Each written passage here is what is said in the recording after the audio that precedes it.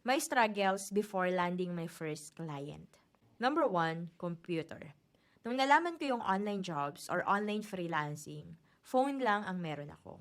At yung phone na yon, yung ginamit ko para mag-research at para manood ng mga YouTube videos about freelancing, yung mga success stories ng mga freelancers. Nung time na nag-decide na ako na bumili ng computer, medyo tight yung budget ko doon.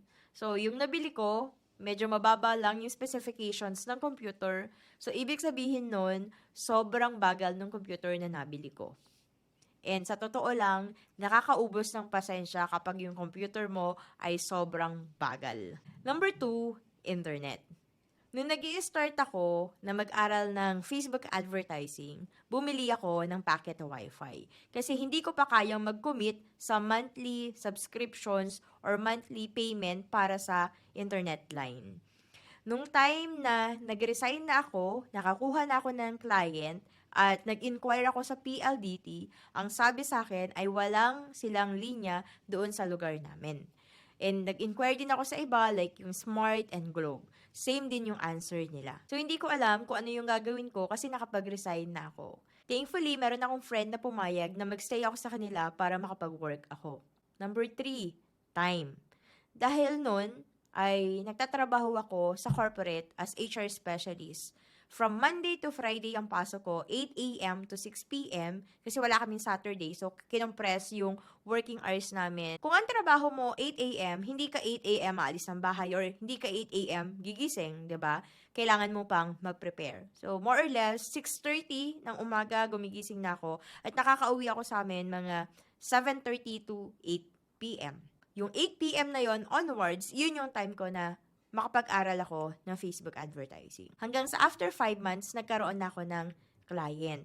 Yun nga lang, ang problema, paano ko isisingit yung working hours ko doon sa client na yon. Dahil nag-resign na ako, kailangan kong mag-render or mag-turnover for 1 month. Yung 1 month na yon, sobrang hirap ko.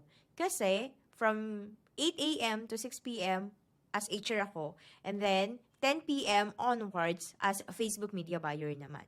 So, di ba nga, walang internet service provider sa amin. Nakikitulog lang ako dun sa friend ko.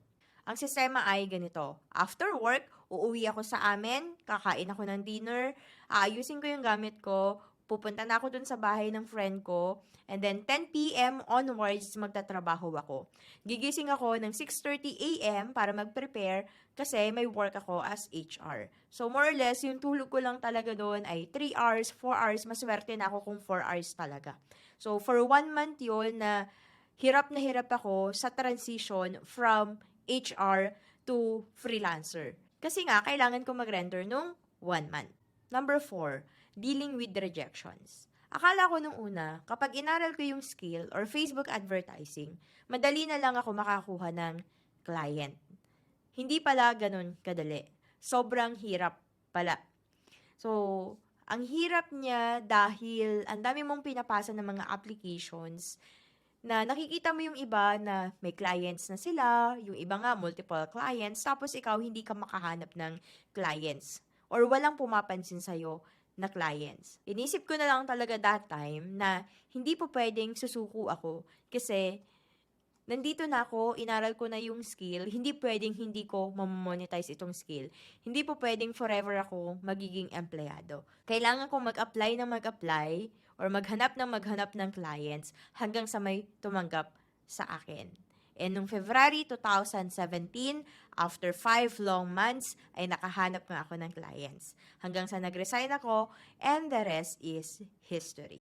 If you find this video helpful, please give it a thumbs up and subscribe for more contents about freelancing. Share your thoughts in the comment section below and let's continue our conversation. Thanks for watching and I'll see you in the next video.